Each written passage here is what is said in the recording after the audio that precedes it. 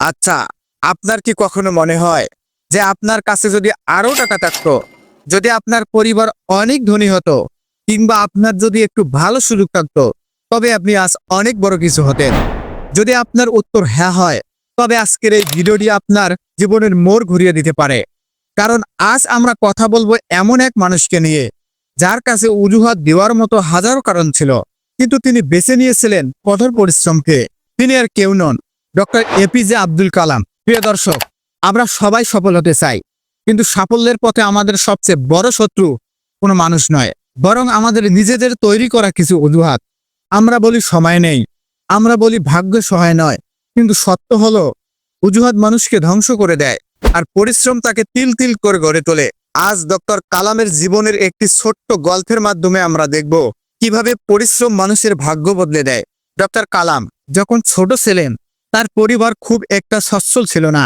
আপনারা হয়তো অনেকেই জানেন, পড়াশোনার খরচ চালাতে তিনি খুব ভোরে উঠে মানুষের বাড়ি বাড়ি খবরের কাগজ বিলি করতেন। একবার ভাবুন, তার কাছেও তো অজুহাত ছিল। তিনি বলতে পারতেন, আমার বাবা দরিদ্র, আমার পড়ার টেবিল নেই, আমার আলো নেই, কিন্তু তিনি তা বলেননি। এমনকি তার জীবনে একবার বড় একটি ব্যর্থতা এসেছিল।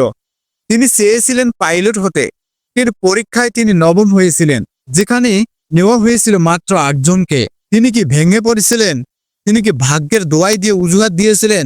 না, তিনি কঠোর পরিশ্রমের মাধ্যমে নিজেকে এমনভাবে তৈরি করলেন যে একদিন তিনি সেই দেশের সশস্ত্র বাহিনীর সুপ্রিম কমান্ডার অর্থাৎ রাষ্ট্রপতি হয়েছিলেন। তিনি প্রমাণ করেছেন যে স্বপ্ন সেটা নয় যা মানুষ ঘুমিয়ে দেখে, স্বপ্ন সেটাই যা মানুষকে ঘুমাতে দেয় না। এখন নিজেকে একটু প্রশ্ন করুন, আপনার অজুহাতগুলো কি ডক্টর কামালের কষ্টের চেয়েও বড়?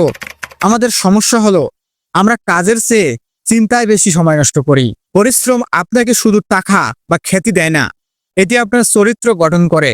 মনে রাখবেন, পৃথিবী কেবল তাদেরই সম্মান দেয় যারা ঘাম জড়িয়ে নিজেদের যোগ্য প্রমাণ করেছে।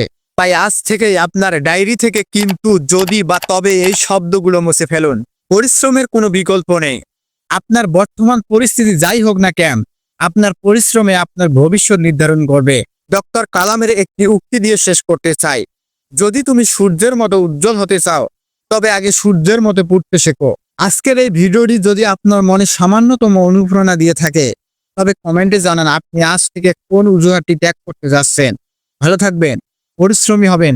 ধন্যবাদ।